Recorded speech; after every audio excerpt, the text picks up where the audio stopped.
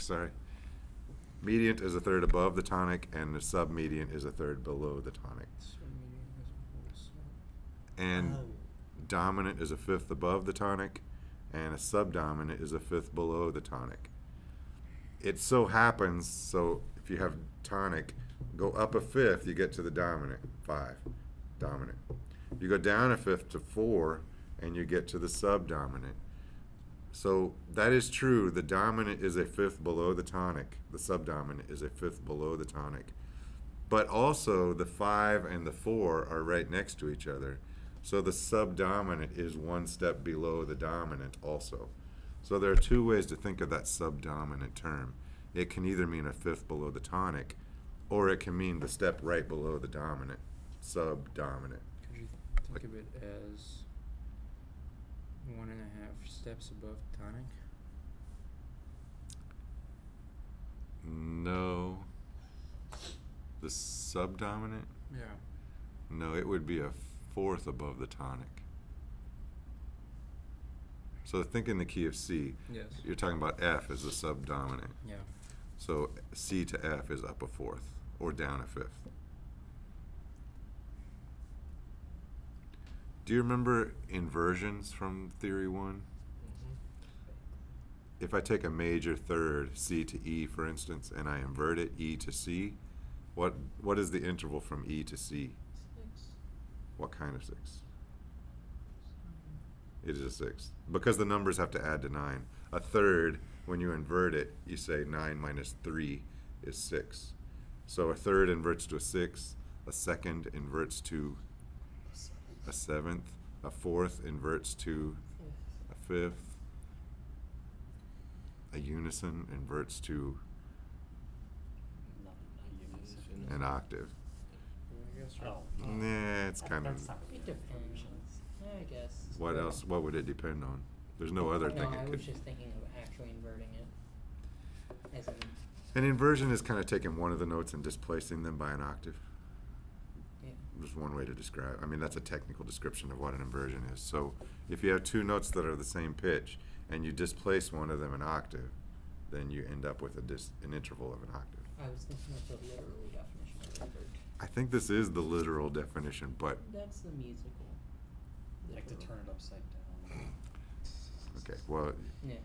at any rate, I'm going to stand by this definition, which Sorry.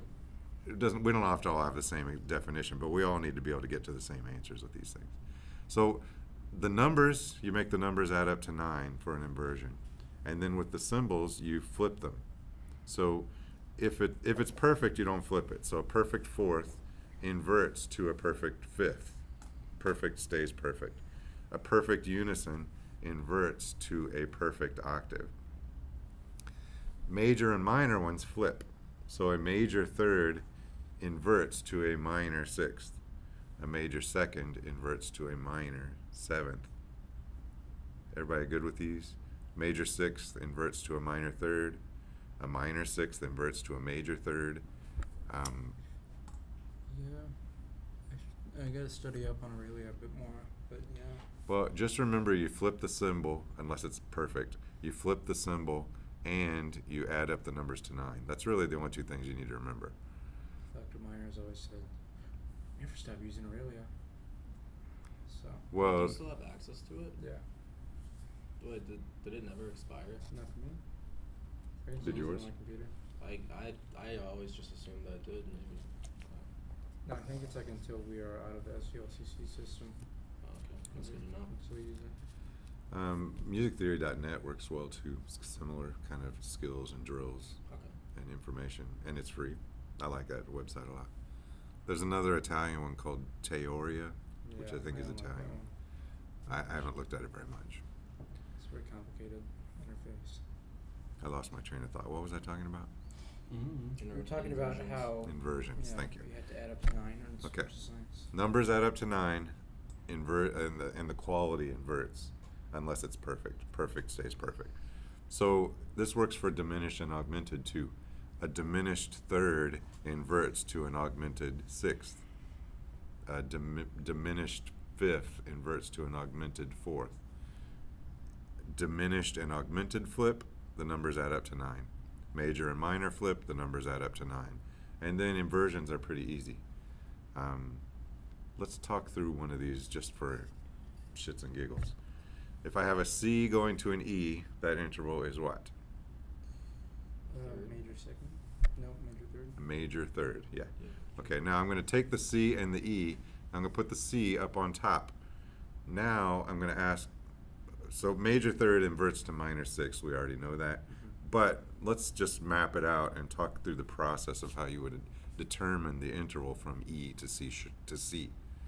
So the first thing you're going to do is imagine that you're in the key of E for a moment. And in the key of E, you need to find out what is the interval from E up to C. I would use my E triad to map it out. My E triad is E, G sharp, B. That's a major triad. That means E to B is a perfect fifth. And E to C natural is a half step bigger. So what kind of a sixth is a half step bigger than a perfect fifth? Is that the diminished sixth? Close, minor. Augmented. Minor. Oh. So from E, your E scale is E, well, you can look it on here. You can see it on this page. Just go to the one with the E in the middle, it's the third column. E, F sharp, G sharp, A, B, that's do, re, mi, fa, sol. And then La, or the major sixth, is C sharp. So major sixth from E up to C sharp means from E up to C natural is a half step smaller. It's going to be a minor sixth. Okay. Everybody clear on that? I mean, it would be easier if we were looking at just an actual scale, but this is the scale. It's just starting on 5 with 1 in the middle. Okay, so let's do another one. From C to A is what interval? C up to A. Major 7. Almost. Major 6. A, C, E are your 3 letters. So A to E is a fifth. So A to C is going to be some kind of sixth. Okay. Wait, E to E. I didn't say that right. C to G is a fifth. So G to A is going to be a sixth. I said C to A, right? Yeah. I was thinking, I'm sorry, I'm thinking to the next step. I shouldn't have done that. Okay, C to A is a major sixth. Yeah. Because C to G is a perfect fifth, and G to A is sol to La, not lay. Lay would be a half step. Sol to La is a whole step, like G to A. Okay, now we're going to say A to C is what interval? We already know a major sixth inverts to a minor third, but let's just figure it out. A to C is what interval? We need to first figure out what a major third is above A. Major third would be A and C sharp. Because A, C sharp, E is our major triad on A. We all know that information. I said there's not a lot you have to memorize, but this one is going to come back over and over. A to C sharp, E is A to C sharp is a major third. So A to C, minor third, half step smaller. So what exactly do you want us to make sure to memorize? It's not a matter of memorizing, it's just getting comfortable calculating how to figure out the intervals Okay. from everywhere to everywhere. Okay. And then we're just kind of reviewing inversions while we're doing that. Any questions about this? Not really. Do you understand it well enough to start working it into your 45 minutes a day? This is not terribly difficult stuff, but it's stuff you need to wrestle with and get more comfortable with. I think this could be a good Quizlet, honestly. Just asking intervals. Well, the thing that we were just doing with like the inversions, or yeah, I guess like with the intervals maybe. Okay. Um, I'll bet that would be easier on musictheory.net. Oh, you think? I think they have a place on there where you can test for intervals and inversions and all that stuff. Yeah. Okay, they probably do. I think it's in there. I know there's intervals. Let me look at it and send you a link if I can find it. Inversions. Okay.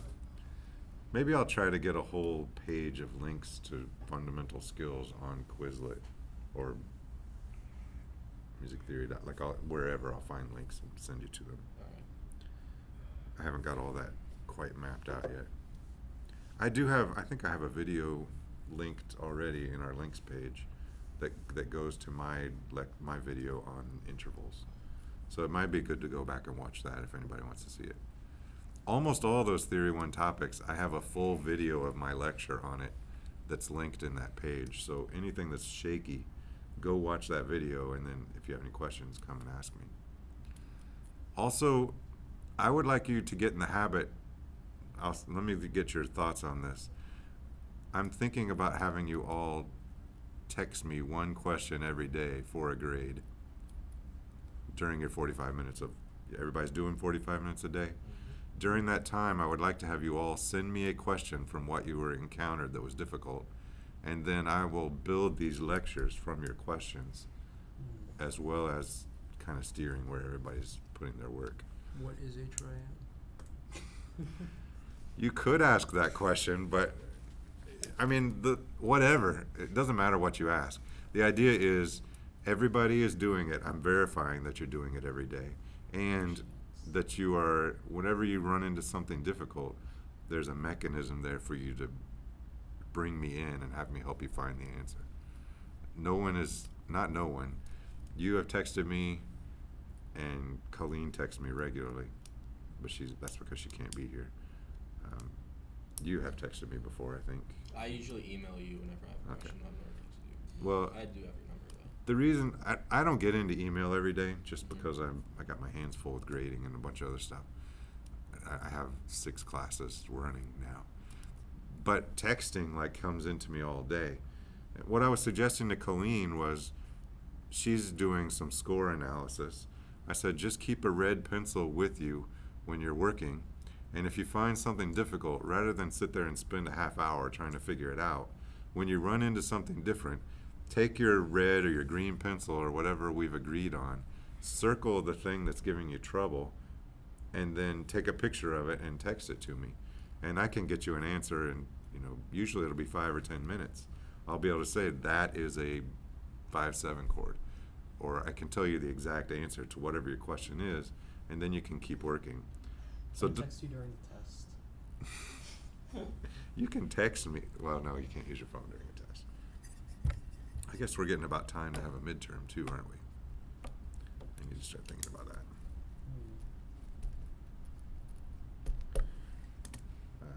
We'll be a little later than midterm actually for our test. Yeah. I watched something interesting that had something to do with theory. It wasn't the main focus, but I watched a film over the weekend called Blue, which is a trilogy. Red, white, and blue. Yeah. French. And it was all about how this woman, her husband is this famous composer, and her husband and her daughter die in this car crash that she is in.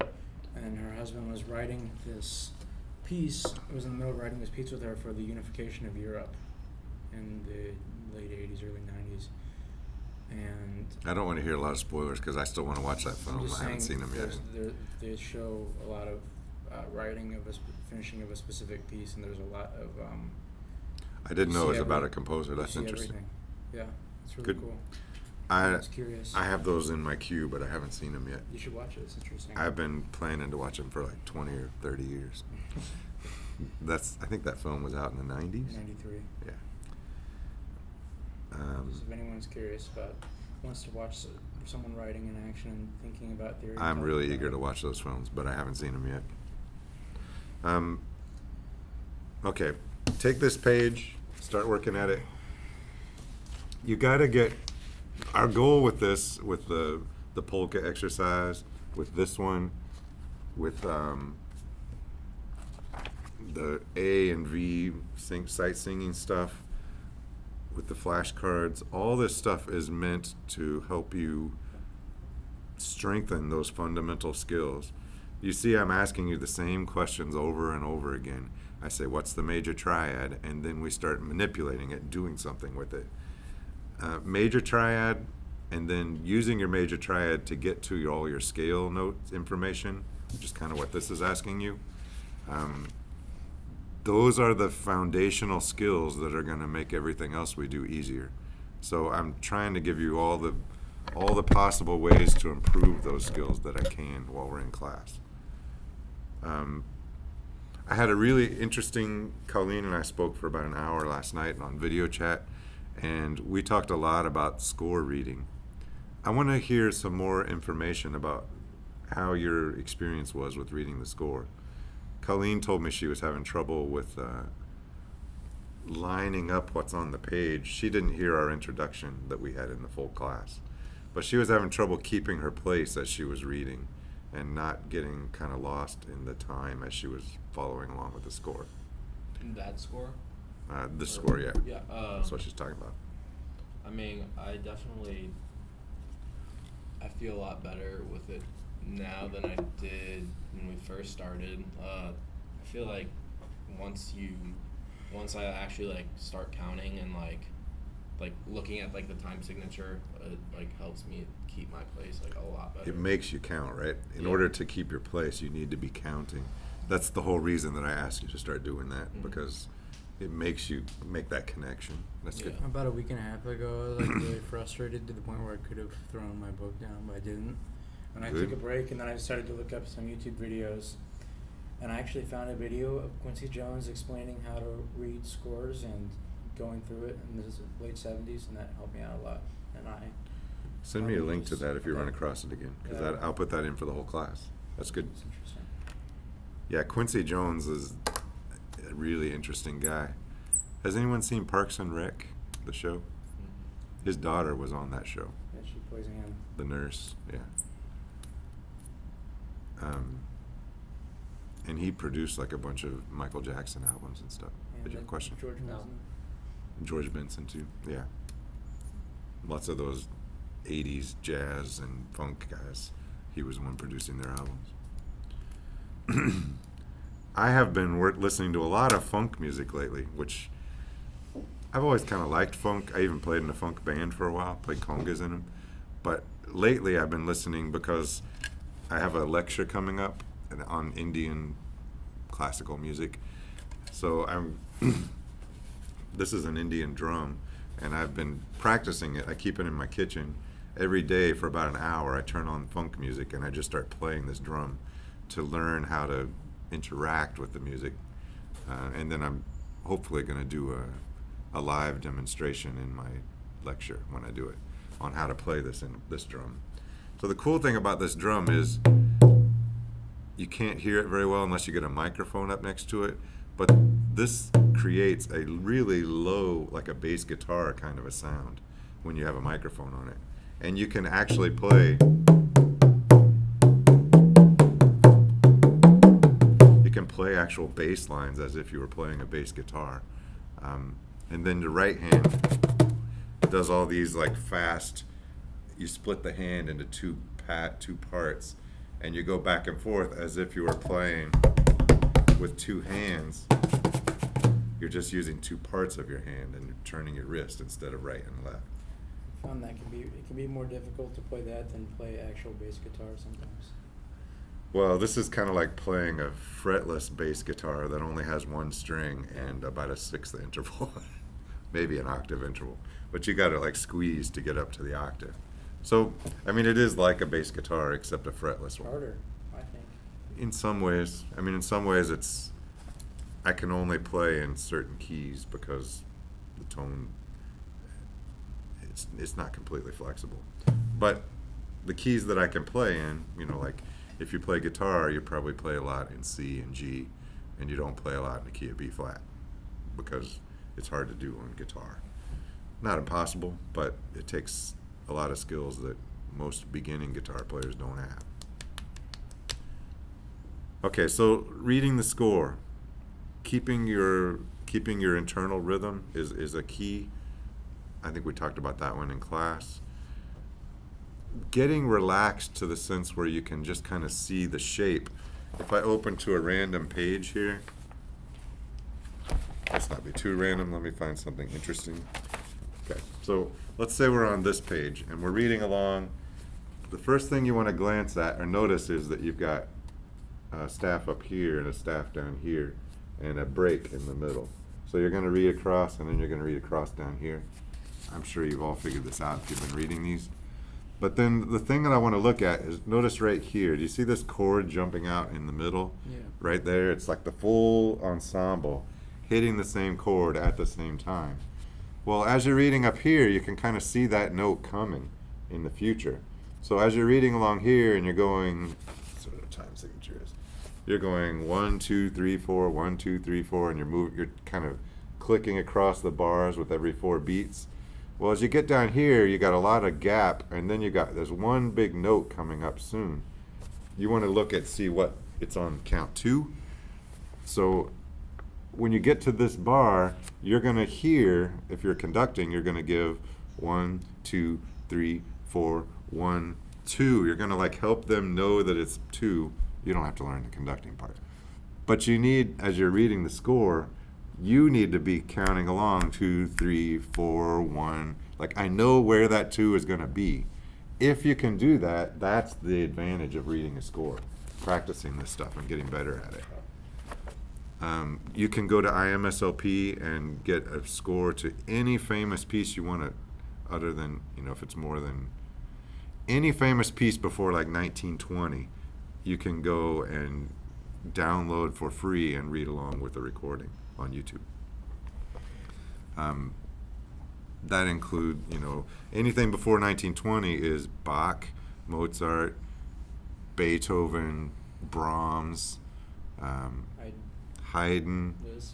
Almost any composer you've heard of, you can go and do that for. Even some of the 20th century guys that were earlier, some of that Stravinsky stuff is available already because it's earlier in the 20th century, which has been, 1920 was 100 years ago. Yeah, it doesn't That's seem like a day over 50, does it? What? It's 102 years ago. Yeah. Well, it does, but it's just like you think of 1900s and you think of recent, somewhat recent. Well, I don't, because I lived through 32 years of the 1900s, so I have a little different perspective than you guys do, who were born, probably all of you were born in 21st century, right? Close to it anyway. Okay, so Colleen and I were talking about reading scores. We talked about reading this score, and we also talked about reading the piano scores, which is going to be most of the rest of this semester. We're going to be working on those Mozart piano scores. The thing that was frustrating her, and I suspect is frustrating many of you, is getting comfortable with like instantly recognizing the notes on the staff. Yeah. Tricky. Well, what I was telling her, what you need to keep in perspective is, we're going to take ledger lines out for just a second. I'll give you some tips on how to read ledger lines later. But if you're just talking about in the 5 lines of the treble clef and the 5 lines of the bass clef, the number of positions that you're learning to learn it's 5 lines and 5 lines, so it's a total of 10 lines and 4 spaces on each. So that's a total of 18, 10 lines and 8 spaces that you're learning to read. Wouldn't it be 6 spaces each? Because you can set it just right outside and inside. Well, I'm talking about FACE and all cows eat grass, or I don't know what mnemonic you guys use. That's the one I use. You know what I mean? That's the one I use, yeah. Okay, so we got 4 spaces on each clef, and we got 5 lines on each clef. So 5 plus 5, 4 plus 4 adds up to 18. It's not easy to learn 18 spaces like instantly, where you can see, oh, that 3rd line of the bass clef is D. But it's also not an impossible amount of things to find. 18 is not that much. The treble clef, Every Good Boy Does Fine, and FACE, even if you're still at the point where you're doing Every Good Boy Does, when you start reading and analyzing this music every day, it's not going to take you long to where you have found tens of thousands of notes. By the time you do 10,000 notes, you're not still going to be going Every Good Boy Does Fine. You just learn the 4th line of the treble clef is D, and the 4th line of the bass clef is F. Like eventually you just get to where you see them and you know what they are.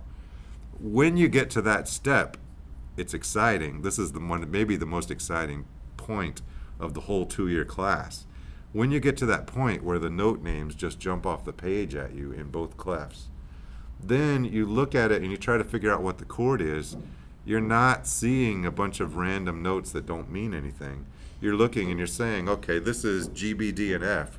What chord is that? Oh, that's a G7 chord. And you see, oh, this is FAC. That's an F triad. You're going to start seeing F triads in all kinds of configurations, and you're going to get really good at naming them. You're going to get really good at noticing, oh, this is FAC. Everything in this box is FAC, but that top note goes F, G, F. Well, I can ignore that G. That's a neighbor tone. That's the filter list that we've been talking about. When you get to where the note names jump off the page at you and you don't have to think about them, all of a sudden, all your theory starts functioning better because it's faster and it's more efficient, and it's all going to make more sense to you. But you got to get past that initial hurdle of recognizing the note names pretty quickly. I don't know a way to do that other than you could go drilling on musictheory.net. They'll have you practice reading, or you can just start reading chords, and by the time you get to 10,000 of them, it won't take you that long. You will be really good at it. 10,000 sounds like a lot, but if you're doing 20 an hour, 20 a minute, or 10 a minute, you get to 1,000 pretty quick. 100 minutes is less than 2 hours. So it's not going to take you that long, but you're going to have a concerted, diligent effort to be reading the bass clef especially. Everybody on board for this? This is something you should be spending your 45 minutes a day on. And you should be trying to do that this week. By the end of this week, you should try to be instantly recognizing all the note names, treble and bass clef. There are only 18 of them. You already know a bunch of them, FACE, for instance. You're also going to start noticing patterns. Line, line, line. Every good boy, EGB. That's the chord note names, right? EGB. If you find EG, it looks like EGB, but it's not exactly EGB, it's EGC. Then what is that? What chord is that? It's a C major chord in first inversion. So my point is, once you get to where the note names jump off at you, you're going to have all this experience and all this knowledge. You're going to start recognizing EGB, oh, that's a chord, but what about this one? It's EGC. Well, I've seen that a bunch of times. That's just CEG in a different order. There are only 12 different roots that a chord can be, and you're going to be running into C chords and F chords and G chords 1,000 times. You're going to get really good at it, but you don't get good at it until you have done it 1,000 times. So you just got to dig in, keep your nose to the grindstone, focus your efforts on developing this skill. And once you get this skill, it's all downhill. It's all going to get a lot easier. But at the beginning, you're still learning your triads and navigating those. You're still learning reading the score. There are a lot of initial frustrations that are going to slow you down and make this more difficult. But once you get past those, it's going to be a downhill slide. It's going to be a lot easier and more fun, I promise. This is my favorite semester to teach because everybody makes these discoveries throughout the term. Hopefully it's getting easier already. Any questions about any of this? I thought maybe you were going to try and utilize our distraction for class. What was that? But Oh. Well, we're going to do rhythm when we get to the other room. I was just saying, okay, it doesn't need hammered that much. I actually barely heard it, so it registered there was something there, but I can't keep my train of thought if I'm not focused, as you've probably seen already. Okay, so let's see. Papa Was a Rolling Stone is coming up at the other room. was he really though? What's that? Was he really though? Mine wasn't. My dad's awesome. I got lucky in that department. Okay, sight reading. Actually, it is biologically impossible for your father to be a Rolling Stone. To be what? A Rolling Stone. That is true, Yeah, except no. metaphorically. My last name's not Jagger, Richards, or Watts, so. John. Seventh chords practice. We need to do some of that. Key workouts. Do you guys do key workouts? I've mentioned them a couple times. I don't know what that is. it's a, like, imagine if you were going to the gym and doing a chest workout or leg workout. Isn't that kind of what we did the last time on the keyboard? We did one way to do it, which was the polka exercise, or kind of like that yeah, one. Yeah. Yeah, But that's doing that in different keys, right? that's an example of how to do it. Yeah, Yeah. but whatever.